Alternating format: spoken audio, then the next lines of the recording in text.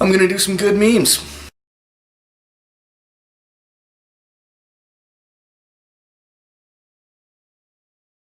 I heard Sam Harris say that there are people he doesn't want to have on his show because they are just, quote, internet trolls. And a bunch of internet trolls took exception to that. The thing is, Sam has people on his show who have ideas. Not just people who disagree with other people's ideas. And I think that's actually a really low conversation to think that you're offering something if all you're offering is disagreement. You're not bringing anything wise to the table. Then no one has to talk to you. And we live in a world of just far too much disagreement as if it were conversation that moves the game forward. And when someone says something ridiculous, rather than acknowledge it, or rather than not acknowledge it because it's ridiculous, people like to pile on as if pointing out the ridiculousness of something backs up their claim to wisdom, to insight. And I think this is a big part of where outrage culture comes from. Something insane happens. White women's food truck getting shut down for cultural appropriation. And rather than anyone actually doing anything about it, we just get a lot of uproar that it's stupid. No one adds anything to the conversation. We all know it's stupid. We don't need to keep telling each other and agreeing with each other that it's stupid. Nothing, like the chains never actually move in that conversation, and no one actually does anything. Rather than constantly confronting things you think are bad, see if you can put something out there that you think is good. And if it's actually good, then it will flourish. If all you're doing is trying to pick holes in everything else everyone does, then there's nothing you can do to flourish. You're just going to inundate yourself with more negative shit and outrage culture, etc.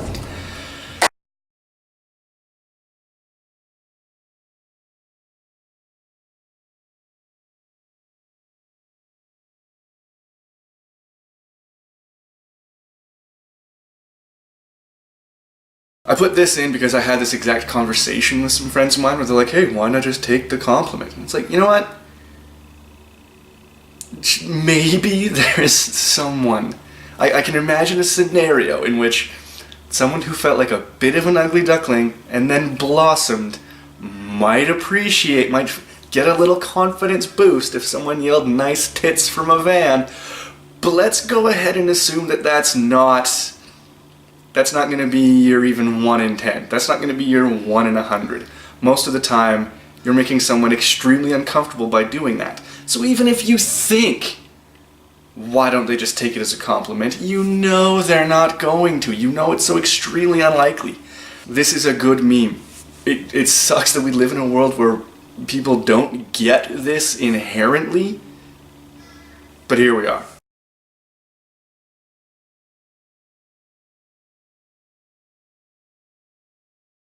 I have no idea why I included this one. I must have just found it quite funny.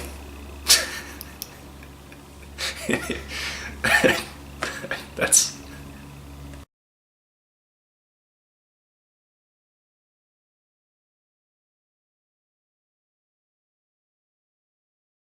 fucking zing. There's a couple amazing articles out there about the dawn of whiteness and how everyone of European descent got lumped into the same category of white. Only starting in America, only starting with the changes in slavery, etc., etc., etc. I won't try and dumb it down or paraphrase it here, but look it up, it is interesting. I thought this was a good zinger because the constant playing of the racism card for no benefit, to in no way add to a conversation, just to get an upper hand, just to make someone else feel like they made a social faux pas by wondering if you're Chinese or Korean. That's not racism, it's, like I said, at worst, a social faux pas.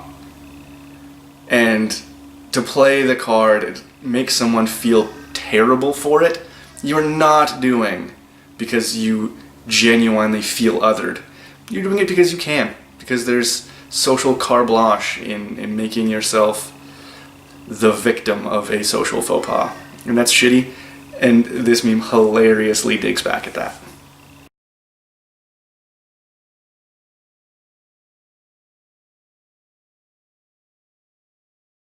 I actually really like this one because it made me stop and think.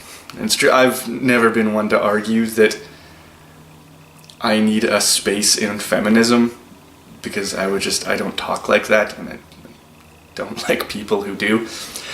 But I think there is something to be said for the idea of making traditionally masculine spaces safe to declare yourself a feminist in.